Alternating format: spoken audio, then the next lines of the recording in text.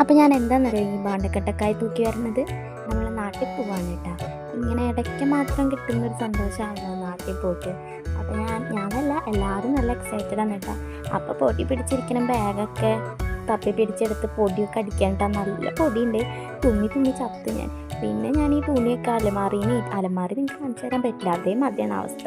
അതുകൊണ്ട് അലമാരിയിൽ നിന്ന് തുണിയൊക്കെ എടുത്തിട്ട് ഇങ്ങോട്ട് കൊണ്ടുവന്നിട്ടാ. പിന്നെ ഇത് ഞാൻ പുതിയത് വാങ്ങിച്ച ബാഗാണ്, അമ്മയ്ക്ക് വാങ്ങിച്ചതാണ്. അപ്പോൾ അത് ഞാൻ ചുരുട്ടി ബാഗിൻ്റെ കൊണ്ട് വെക്കാൻ ശ്രമിക്കുകയാണ്. പിന്നെ ഞാൻ ഡ്രസ്സൊക്കെ മടക്കി കുറച്ച് ചുരിദാറൊക്കെ കൊണ്ടുപോകാമെന്ന് വിചാരിച്ച് അങ്ങനെ. അപ്പം ഡ്രസ്സൊക്കെ മടക്കി ബാഗിൻ്റെ ഉള്ളിൽ വെക്കാണ്ട്. എനിക്ക് മടക്കി വെക്കാനൊന്നും അറിയില്ല. ഞാൻ ആദ്യത്തെ 2 മടക്കി വെച്ച് ബാക്കിയെല്ലാം കുത്തിത്തിരികി വെക്കാനായിട്ടാണ് ചെയ്തത്. പിന്നെ നമ്മുടെ അടുത്ത പണി എന്താണെന്ന് വെച്ചാൽ കുപ്പി തിരയുക. അച്ചാറ് കിടന്ന് കുപ്പിയില്ല, അത് തിരയുക. എത്ര തിരഞ്ഞിട്ടും കിട്ടുന്നില്ല. പിന്നെ നമുക്ക് ഹൈറ്റ് നല്ലോണം ഉള്ളതുകൊണ്ട് പിന്നെ ഇങ്ങനെ ഏന്തി വലിഞ്ഞൊക്കെ നിന്നിട്ടൊക്കെ നോക്കേണ്ടി വരും.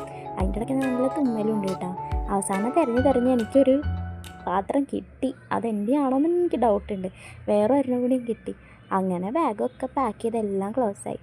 അപ്പോൾ അങ്ങനെ നാട്ടിൽ പോകാൻ വേണ്ടി റെഡി ആയിട്ട് ഇരിക്കണ്ട. ഈ വട്ടം നമ്മൾ ട്രെയിനിലാണ് പോണത്.